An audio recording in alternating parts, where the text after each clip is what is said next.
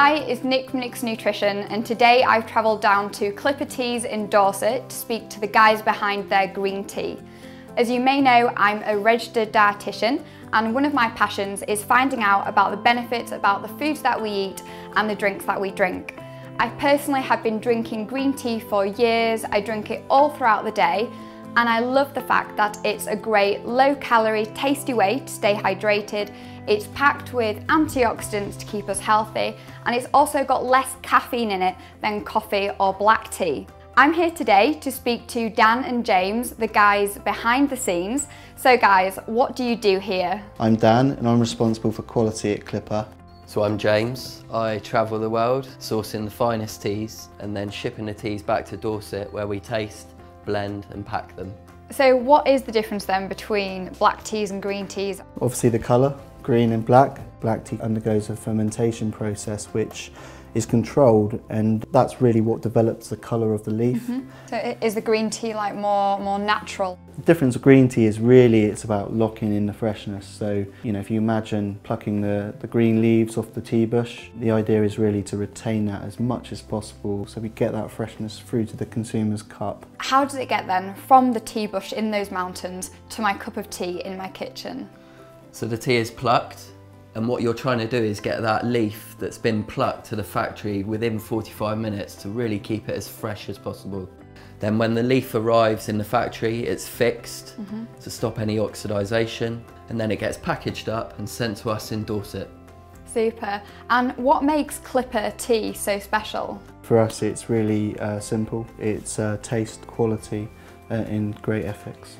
And you mentioned these fantastic ethics. What is it about the fair trade that makes it so important? For every kilo of tea that we're buying here, we're paying a premium directly back to the producer that can have a real tangible effect on that producer and that producer's family and their lives. I mean, a memory that we always go back to is when we first visited China, to the smallholders that we buy our green tea from. And to travel around these areas, the roads were in really poor repair. And what they've been able to do is improve that road network so their children can now get to school in half an hour rather than 4 hours.